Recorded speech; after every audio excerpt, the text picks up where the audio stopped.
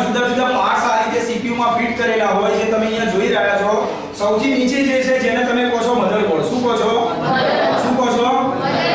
એ આખું electronic chips થી બનેલું હોય એટલે દુનિયાના દરેક કમ્પ્યુટર્સ લેપટોપમાં દરેક જગ્યાએ મધરબોર્ડ હોય કોઈને મધરબોર્ડ ની ઉપર તમે જોઈ રહ્યા છો અહીંયા પ્રોસેસર ફિટ કરેલું છે શું છે એને માઇક્રો પ્રોસેસર કહેવાય શું કહેવાય માઇક્રો પ્રોસેસર નું કામ કમ્પ્યુટરમાં સ્પીડ આપવાનું છે શું છે સ્પીડ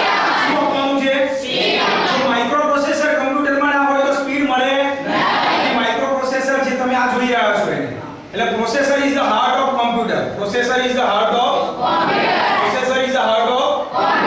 ખબર પડી ગઈ ઓકે અને આ મધરબોર્ડ ઉપર પ્રોસેસર લાગે RAM લાગે મેમરી જે તમને સમજાવ્યું હશે છે અહીંયા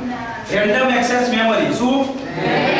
હા એટલે મેમરી પણ ક્યાં ફિટ કરેલી હોય CPU માં ક્યાં હોય CPU માં ખ્યાલ આવ્યો એટલે કમ્પ્યુટરમાં સૌથી વધુ જવાબદારી કોની હોય CPU સૌથી અગત્યના પાર્ટ શામાં હોય CPU માં ખ્યાલ આવ્યો કીબોર્ડ ઉપરથી જેટલો બી ડેટા ટાઈપ કરે બધો ક્યાં આવવાનો CPU માં જેમ હું બોલું છું અને તમે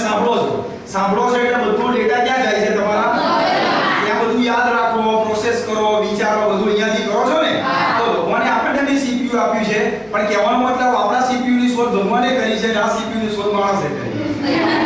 બરાબર ને કારણ કે આ વસ્તુ કે એવું છે નહીં કે ભાઈ શંકર ભગવાને આ કમ્પ્યુટર બનાવ્યું ને પેલા ભગવાને આ બનાવ્યું આ બધી શોધ કોણે કરી માણસે કરી કોણે કરી હા અને કમ્પ્યુટરના શોધક કોણ ચાર્લ્સ બેબેજ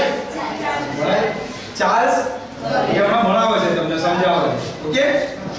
ચલો કન્ટિન્યુઅસ કરો હા પછી હું છેલ્લે આવું છું પાછું ફરી